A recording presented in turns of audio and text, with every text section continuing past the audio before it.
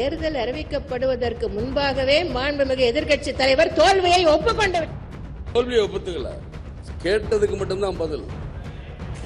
பேரவைத் தலைவர்களே, நாங்க என்ன கேட்டோம் அதற்கு மட்டும்தான் பதிலை தவிர சங்கரங்கள் பெண்ணகத்துல ஏன் தோத்தீங்க சொல்லுங்க. அரசியல் சிறப்பு அதிகாரியாக அரசு வேலையில் அமர்த்தியதை ஒட்டுமொத்த தமிழக மக்கள் சார்பாக வன்மையாக இந்த வரலாற்று சிறப்பு மிக்க அவையில் நான் அதை குறிப்பிட கடமைப்பட்டிருக்கிறேன். அப்படி உங்களுக்கு ராஜகுருவா இருந்தா உங்க பர்சனலா அவரை வச்சுக்கணும். பட் மாண்புமிகு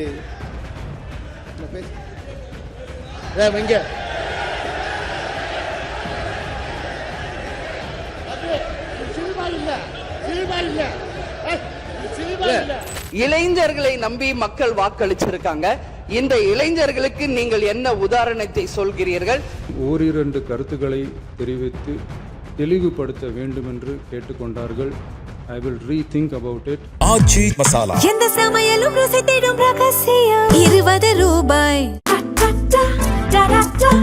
Taste the Milky Mist ice cream. Milky Mist ice creams. மாண்புமிகு உறுப்பினர் ஒரு சவால் விட்டிருக்கிறார். அவருக்கு பதில் சவால் நான் விடுகிறேன். சங்கரன் கோயிலில் நாங்கள் தனித்து வேட்பாளரை நிறுத்த போகிறோம். உங்கள் கட்சிக்கு திராணி இருந்தால் தனித்து வேட்பாளரை நிறுத்துங்கள். இன்னைக்கு வந்துட்டு நான் சங்கரன் கோயிலை ஜெயிப்பேன் சவால் விடுறது ஆளுங்கட்சியா இருந்தா கலைஞரை சொன்னா போன தடவை எப்படி ஜெயிச்சாருன்னு அவங்களுக்கு தெரியும். இப்ப நீங்களே எப்படி ஜெயிக்க போறீங்கிறதா அனைத்து இந்த அண்ணா எப்படி ஜெயிக்க போறங்கிறது. தேர்தல் அறிவிக்கப்படுவதற்கு முன்பாகவே மாண்புமிகு எதிர்க்கட்சி தலைவர் தோல்வியை ஒப்புக்கொண்டார். தோல்வியை ஒப்புத்துக்கல, கேட்டதுக்கு மட்டும்தான் பதில். பேரவைத் தலைவர்களே, நாங்க என்ன கேட்டோம் அதற்கு மட்டும்தான் பதிலை தவிர சங்கரங்கள் பெண்ணகத்துல ஏன் தோத்தீங்க சொல்லுங்க. இப்ப திருட்டுத்தனமா ஓட்டு போட நீங்களும் தான் சொன்னீங்க. நீங்களும் தான் அந்த இதுல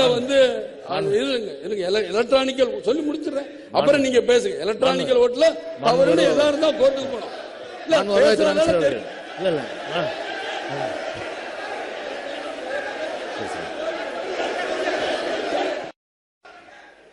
மாண்புமிகு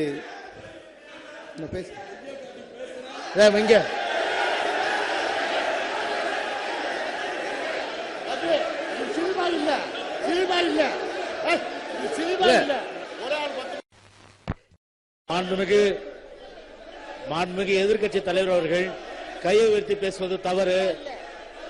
எதிர்க்கட்சி தலைவர் அவர்களும் தேமுதிக சார்ந்த உறுப்பினர்களும் அவைக்கு குந்தகம் இருக்கின்ற காரணத்தினால் அவைக்கு அவர்களை வெளியேற்றும்படி முதல்வர் அவர்களை சந்திக்க யார் முகத்தை மூடிக்கொண்டு அன்று வாகனத்தில் சென்றார்கள் என்பதை நிச்சயமாக மக்களுக்கு தெரியப்படுத்த வேண்டும் என்பதை இந்த நேரத்திலே நான் கேட்டுக்கொள்கிறேன்.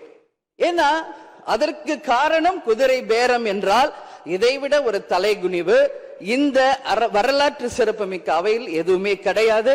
நிச்சயம் முதல்வர் அதற்கு பதில் சொல்வார் என்று நான் எதிர்பார்க்கிறேன். அதே போல அரசு குடும்பத்தில் இருந்து நான் வந்தவன் இல்லை என்று முதல்வர் சொல்லும் பொழுது வரவேற்றார்கள் அனைவரும்.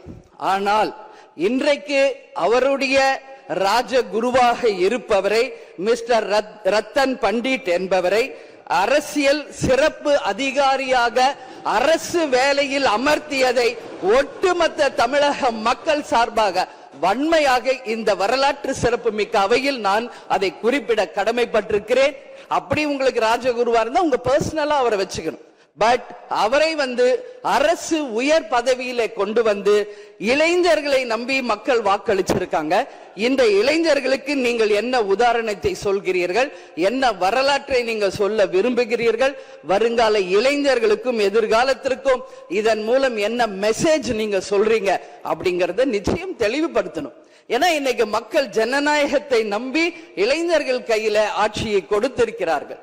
அப்போ வருங்காலம் இளைஞர்களும் வருங்காலத்திற்கும் இந்த அரசு ஒரு முன் உதாரணமா இருக்க வேண்டும் என்பதுதான் என்னுடைய ஒரு கோரிக்கை என்பதை இந்த நேரத்தில் நான் ஆணித்தரமாக பதிய வைக்கிறேன். அது மட்டும் கிடையாது, இந்த ஆட்சி மக்களுக்கான ஒரு நேர்மையான ஆட்சியா இருக்கணும்.